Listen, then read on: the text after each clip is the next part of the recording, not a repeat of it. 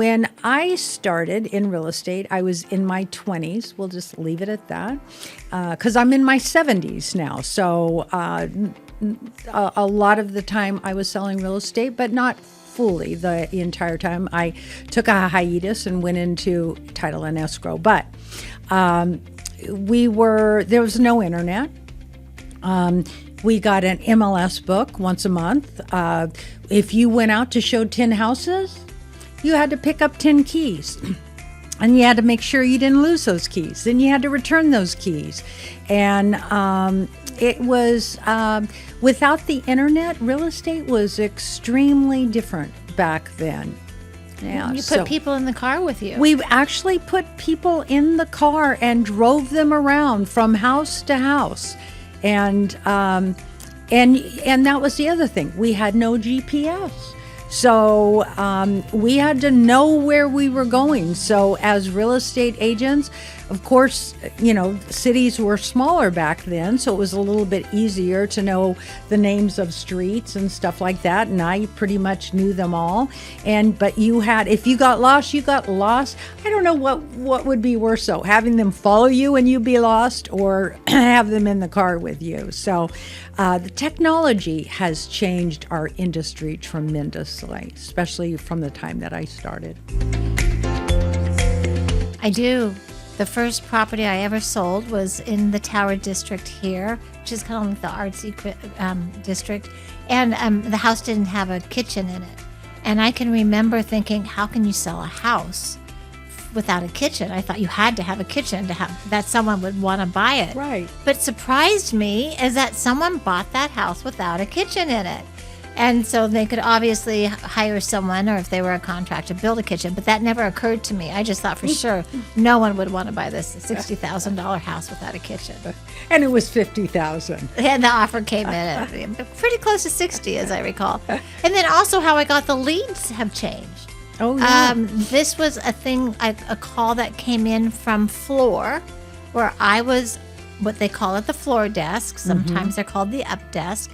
And a phone call came in because the customer drove by the house, saw the sign, and called the company's telephone number, driving the business to the company rather than to the agent that had it listed. So I was fortunate to receive that phone call, made the appointment, kind of like ALM back in the appointment location motivation in our now current Zillow dialogue. But made the actual appointment and went and showed it. Got the listing and then went and sold, and then showed it and sold it.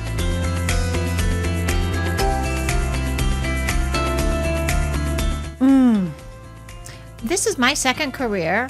Real estate was my previous career was in marketing, and in government. So for me, it was while we had bought houses in other states. And I thought that I could do it better than the real estate agents that I had worked with in those other states. And so that's what got me into the business, and that I have, of course, a love for architecture, but to improve the consumer experience. It was my first career, and I was very young, and of course, there was hardly any regulation around real estate back then. As a matter of fact, our real estate contracts, our purchase contract was one page. Probably the listing contract was a half a page. There was an agency disclosure, but there was no other disclosures. There was no thing like home inspections. There was no home warranty. You bought a house as is. Nobody even thought about asking for repairs. It's like what you see is what you get. So I remember as I was moving from one city up here to Fresno, it was right about the time that they started introducing home warranty companies. And I thought, well, nobody's going to do that, but of course now it's part of our everyday real estate work. So, yeah. Well, during my hiatus as a real estate agent, I went to work as a title and escrow rep. So always have been in the field. And I would go out and I would cold call, which is very much like real estate. I would go out and I would cold call every single day on real estate agents. One day, there was this real estate company, and it was full of women, no men allowed, full of women, and all high end, very high producers. And I walk in, and there's this little towhead sitting there, and I went, ooh, fresh meat. Now,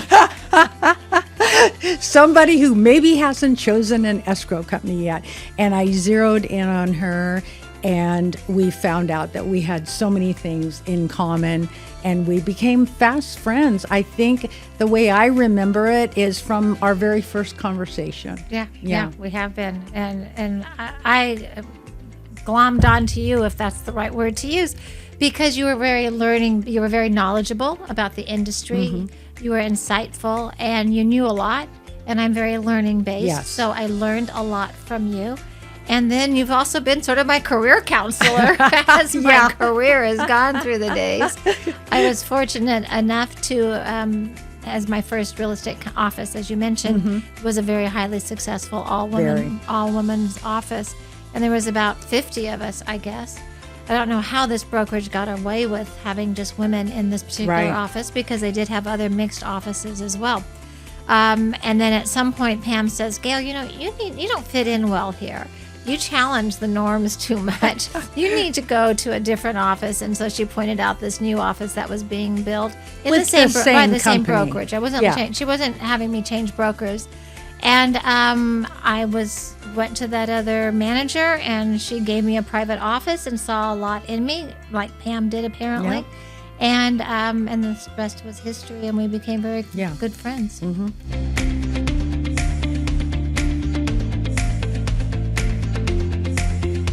Trust.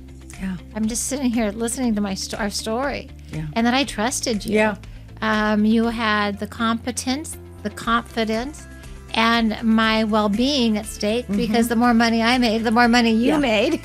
So there is some self-interest, I'm sure, here.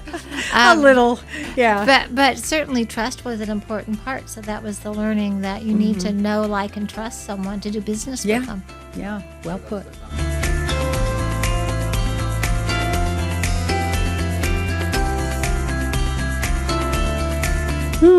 Well, COVID days. So COVID hit, and I had where the direction that my real estate work was going. I had picked up a contract with medical school here in town, and I also had the foresight to partner with Zillow back then. And so I was paying $5,000 a month for Zillow leads to come in. And then I had the contract with the school, the medical school. And so I was incredibly busy. And then this girl sitting over here tells me she's thinking about moving to Spain. And she's kind of taken a step back from real estate, and she wants to travel. She's empty nesting. She wants to travel. She wants to do this. And I am so incredibly busy with real estate.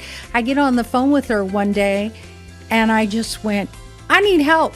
You need to come over here and work with me. And of course, her being the bulldog she is, I think we went back and forth for a couple of months maybe, with her going, no, you come over here to Remax. And I kept saying, no, you come over here to Lion. And finally she came over, and we were in COVID. And so the first couple of weeks of COVID, I think we scattered. We all went home. We started working. Everybody was scared. We were scared. Everybody was in a fear mode. And I remember sitting home one day and just going, I can't do this. I cannot do this. I've got to go sell real estate. And I have people who want to buy a house. And so I just went back out, started selling real estate. Gayle and I got together, and it exploded. I said to somebody yesterday, and who didn't make a ton of money during COVID in real estate? And the gal I said it to said, boy, I sure did. And there was a lot, because everybody had cash and they could work out of their homes, and they were moving from LA and from San Francisco. And that was the beginning of our partnership.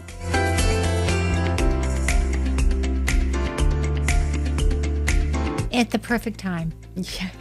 It came into the picture at the perfect time. My background was working with Keller Williams and then with RE/MAX, and I had sworn to myself I would never go back to a traditional brokerage ever again, because the small brick and mortar brokerages just don't have the bandwidth or the vision of a larger picture, at least in my opinion. And so when Pam and I were going back and forth about which company we were going to go to, I agreed to go to Lion Real Estate because she got one choice. She got the first pick. Yeah. The second pick was going to be Gayle's pick, which we picked jointly. Yeah, we did. And Pam prepared to become a broker because we knew we needed to land someplace. Pam prepared to be a broker, but we knew that really wasn't the answer. Right. We were building a team, and we knew that we needed to have a platform that would allow the agents that join our team a value proposition they couldn't get anywhere else. And Real Broker provided that value proposition with the great cap and splits that Real Broker offers, the $12,000 cap, and then the passive income with revenue share, and then the opportunity for stocks. So with that, it gave us a great platform, and then the culture. The culture. You know, the work hard, be kind. And it wasn't just something, we learned that it wasn't just something that was on a billboard or on a poster. It was real. That the people no pun intended. That the people that were leading Real Broker truly meant work hard, be kind. Yes. And that culture became the culture that we wanted to be in. So that's how we got to Real Broker. Right. And we knew we got this new special contract that Zillow was putting out. It was called Zillow Flex. Yeah, Zillow Flex contract. And they've changed it since then. Now it's called Zillow Preferred. But we knew we got the contract, but we knew we had to scale in order to keep the contract. So that was the other thing. We thought to ourselves, all right, I'm a broker. We can open up a traditional brokerage and people will come for the leads. But will it give us a scale that we need to have? And so we looked for something more than a traditional brokerage could offer, and then we found Real, and Gayle went over those things, so together with being able to provide leads, revenue share, owning stock in the company, it was the perfect platform. And again, the culture. That platform of entrepreneurship that Real encourages is significant. You can go to there's lots of good brokerages, lots of great brokers that do a good job with their agents, but they don't have the opportunity, or they can't provide the opportunity for entrepreneurship like a Real Broker platform does.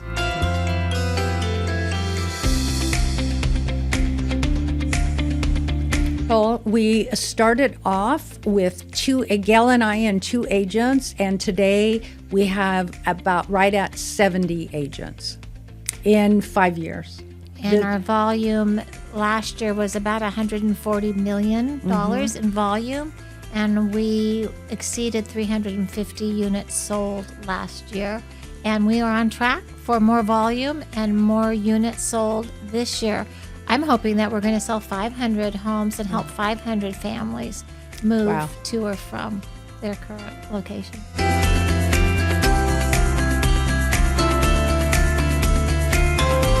I take a deep breath when I say that, and I see Pam doing the same thing, because it's be brave. It is not to think small or play small. Yeah. Know your talents, grow those talents, learn technology, and fly, because we have so much opportunity And if we would have started sooner, we would be the Santy Phillips group in all 50 states, just like real. And because we're told we can't on so many levels as women, and I'm not trying to play the woman card, but you can just look, and Gayle and I say it, when you see how many women are in real estate and how few of them are in the C-suite of real estate, it is, again, I'm not playing the woman card by saying that we're oppressed or held down, but it's that image that we have that only the men can be the brokers, only the men can have the powerful teams. And if I were speaking to my younger self, I would say, you can do this. You can have your own company. Oh my gosh, I wish I had known what I know today and started this company years ago, and the opportunities that it would have given, as I see how we've impacted our lives, but more importantly, the lives that we have impacted. Gayle and I were just talking the other day about the people's lives that have come to work for us, and we've seen the changes in them, and it makes us very proud. And that's better than any money that you can be paid. There's nothing better than impacting somebody's life.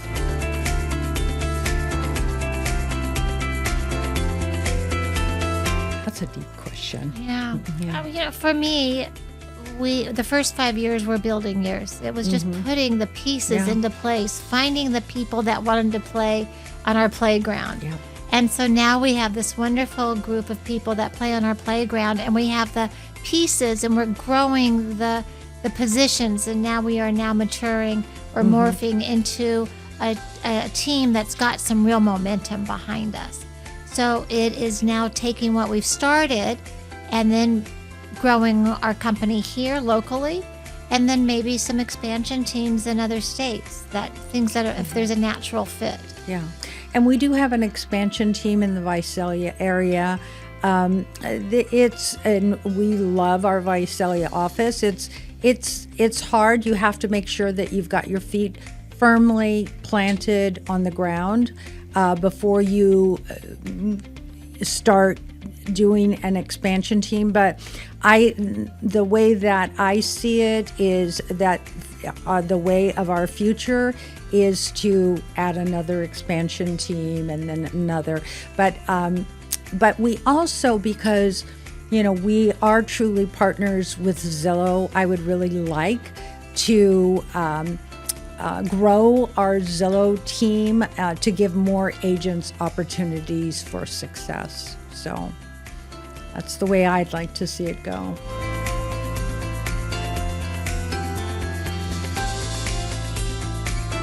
Well, I'm sitting here looking at this banner. It says Own the Room, and it says Empowering Women One Conversation at a Time. If anybody wants to have a conversation about what Gayle and I have done or how they could see themselves in real estate, we really want to encourage them to come and have that conversation with us.